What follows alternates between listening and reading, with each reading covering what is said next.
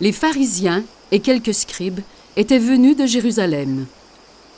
Ils se réunirent autour de Jésus et virent quelques-uns de ses disciples prendre leur repas avec des mains impures, c'est-à-dire non lavées. Les pharisiens, en effet, comme tous les Juifs, se lavent toujours soigneusement les mains avant de manger, fidèles à la tradition des anciens. Et au retour du marché, ils ne mangent pas avant de s'être aspergés d'eau, et ils sont attachés encore, par tradition, à beaucoup d'autres pratiques, lavage de coupes, de cruches et de plats. Alors les pharisiens et les scribes demandèrent à Jésus: « Pourquoi tes disciples désobéissent-ils à la tradition des anciens? Ils prennent leur repas sans s'être lavé les mains. » Et vous, pourquoi désobéissez-vous au commandement de Dieu pour vous attacher à la tradition des hommes? Vous rejetez bel et bien le commandement de Dieu pour observer votre tradition. En effet, Moïse a dit « Honore ton père et ta mère ».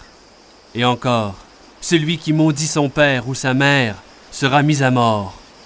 Et vous, vous dites, si un homme déclare à son père ou à sa mère, « Les ressources qui m'auraient permis de t'aider sont maintenant en corban », une offrande consacrée à Dieu.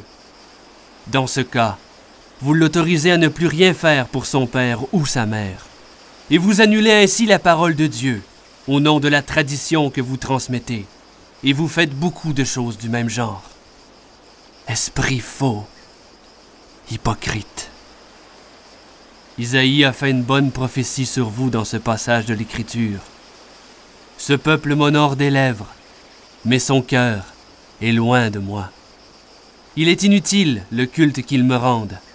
Les doctrines qu'ils enseignent ne sont que des préceptes humains. Jésus appela de nouveau la foule. Écoutez-moi tous, et comprenez bien. Rien de ce qui est extérieur à l'homme et qui pénètre en lui ne peut le rendre impur. Mais ce qui sort de la bouche de l'homme, voilà ce qui rend l'homme impur. Qui a des oreilles pour entendre, qu'il cherche à comprendre. Quand il eut quitté la foule pour rentrer à la maison, ses disciples s'avancèrent. « Maître, sais-tu que les pharisiens ont été scandalisés en entendant cette parole? Toute plante que mon Père du ciel n'a pas plantée sera arrachée. Laissez-les dire. Ce sont des guides aveugles pour des aveugles. Si un aveugle guide un aveugle, ils tomberont tous les deux dans un trou. » Alors Pierre intervint. « Maître, explique-nous cette parole énigmatique. » Ainsi, vous aussi, vous êtes encore incapables de comprendre.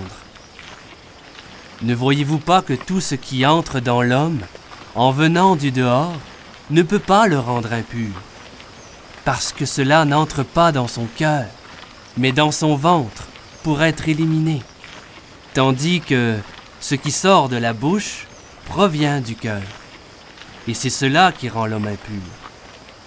Car c'est du dedans, du cœur de l'homme, que sortent les pensées mauvaises et perverses. Inconduite, vol, meurtre, adultère, cupidité, méchanceté, fraude, débauche, envie, faux témoignage, diffamation, orgueil et démesure. Tout ce mal vient du dedans et rend l'homme impur. Mais manger sans se laver les mains ne rend pas l'homme impur. C'est ainsi que Jésus déclarait purs tous les aliments.